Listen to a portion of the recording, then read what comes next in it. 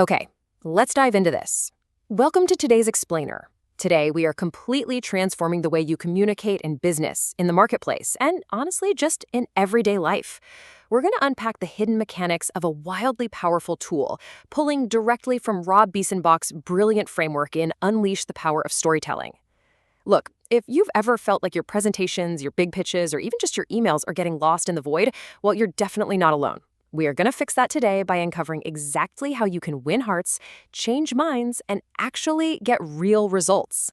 To start, I really want to hook you immediately with this staggering data point. This comes from a memory exercise detailed in the book Made to Stick. So researchers had university students listen to a series of presentations and then tested them on what they actually retained. The results? A massive 63% remembered the stories they heard. But the statistics? Barely 5% could recall them. 5%. This proves a pretty harsh reality for all of us. No matter how bulletproof your facts are, or how pristine your data is, practically nobody remembers it without a narrative. Stories stick, guys. Statistics just fade away. All right, moving into section 1, cutting through the noise and the storytelling myths. So just look at the sheer explosion of noise around this topic right now. A quick Google search for the term storytelling in business jumped from 17 million hits to over 48 million in just a couple of years. Corporate storytelling has become this massive industry. Endless articles, expensive workshops, gurus everywhere. But here's the real problem. All this explosion of information creates massive hype, but very, very little clarity. Author Jennifer Aker compares storytelling to a clear signal cutting through the noise of information overload. But ironically, there is so much noise about storytelling itself that people kind of don't even know what a story actually is anymore. And because of all that confusion, people generally fall into two distinct camps. First up, we have the intimidated. And hey, you might feel this way yourself. You watch some masterful TED Talk where the speaker reduces the whole room to tears, and you think, well, I'm in IT, or I'm in accounting. I don't have that kind of innate magical genius. You think you just don't have anything worth sharing. On the exact opposite end, we have the overconfident. These are the folks who confidently slap a Steve Jobs quote over a picture of a sunset, where they hand you a bulleted fact sheet and call it a story. Let's be crystal clear here. A quote is not a story. Actually, scratch that, even a customer testimonial is rarely a full story. Real storytelling relies on timeless, fundamental elements, not some innate genius or random inspirational quotes. Let's transition to section 2, the science of storytelling. It's not a soft skill. Now, what's really interesting about this slide is the actual chemistry of connection. Researcher Paul Zock found that when we hear stories, our brains literally produce a chemical called oxytocin. This is directly related to feelings of empathy and a very real desire to cooperate.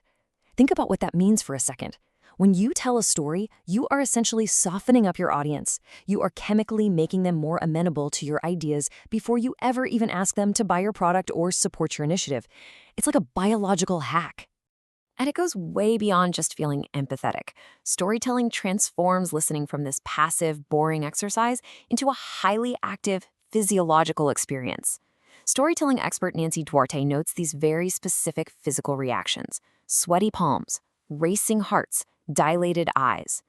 Multiple studies actually show that when we hear a story, it triggers the exact same areas of our brain that light up when we actually experience an event ourselves. For your brain, there's practically no distinction between hearing a great story and living it. You are quite literally sweeping your audience up into your world. Which brings us to section 3, show, don't tell, the anchor of connection. I have to share this incredible anchor anecdote from the source material. The author was working with a candy and gum company, and they desperately wanted to prove their deep commitment to quality. Now, if you asked the corporate office for their story, they'd probably hand you some painfully boring 24-point checklist about X-ray machines and error rates. But instead, they went down to the floor and found Estella, a factory worker right on the inspection line. When asked about her job, Estella's face completely lit up and she said, "They call me the candy lady." She went on to explain that there's this tiny production code on the bottom of every single pack of gum that shows exactly which shift and which line made it. And get this, her children know how to read that code. So when her family goes to the grocery store, her kids sprint to the candy aisle, check the packages, and yell out, "This is Mommy's gum! Mommy made this gum!" Wow. That demonstrates a company's commitment to quality far better than any 24-point checklist ever could.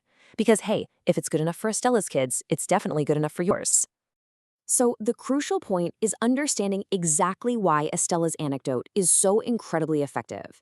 It's because it hits all 6 of these key ingredients. 1, it taps emotion. We know from research that emotionally charged events just stick in our memory longer. 2, it puts a face on the issue. Let's be honest, nobody cares about abstract processes. They care about Estella. 3, it connects us through a totally universal theme, a mother looking out for her kids. 4, it humanizes what is otherwise a giant, faceless corporation. 5, it raises the stakes from mundane error rates to love, pride, and family. And 6, the big one, it relies on action. It shows us quality rather than just telling us about it. And this brilliantly illustrates the antidote to what the author calls Match.com syndrome. Think about it. If you go on a dating site, everyone claims to be funny, intelligent, and adventurous. Businesses do this exact same thing. We are reliable, we are creative, we care. But those are completely empty, generic claims. Show, don't tell means instead of just typing out that you're adventurous, you show a picture of you whitewater rafting. Look at the classic film The Godfather. The movie absolutely doesn't open with Vito Corleone looking at the camera and saying, "Hi, I'm the most powerful mafia boss in town." No way. It shows him in a tuxedo, sitting in the shadows, silently and stoically listening to a nervous man begging for a favor. Through that visual narrative and that action, you instantly know his power. Give your audience proof through action, not just words. All right, let's wrap this all up in Section 4, the 3-part story formula. First things first, let's toss out the most common piece of bad advice you'll ever hear about storytelling. Everyone says, "Oh, a story just needs a beginning, a middle, and an end." Well, as the author points out, that is exactly like your GPS app telling you, in the beginning, leave your garage. In the middle, drive 800 miles. In the end, arrive at your destination. That is absolutely useless without actual turn-by-turn directions. You need a real structural roadmap to get from point A to point B. Let's move to and see how this builds into a framework you can use on the fly. This is derived from Chicago's famous comedy institution, The Second City, where they actually teach improvisational storytelling to ordinary people.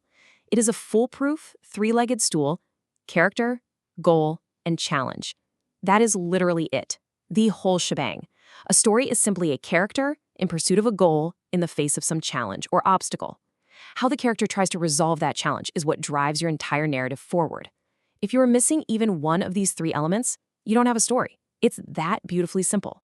As we wrap up this explainer, I want to leave you with a bit of a challenge. When you turn on your favorite TV show or movie tonight, I want you to actively look for this exact structure out in the wild. Can you spot the character, identify their goal, and pinpoint the specific challenge standing in their way? Once you train your brain to see this 3-part formula everywhere, it is going to become second nature to you. You'll finally stop handing out boring fact sheets and start utilizing the hidden mechanics of storytelling, because now you are fully equipped to cut right through the noise, win hearts, change minds, and absolutely get the results you deserve. Keep learning, keep focusing, and I will catch you in the next explainer.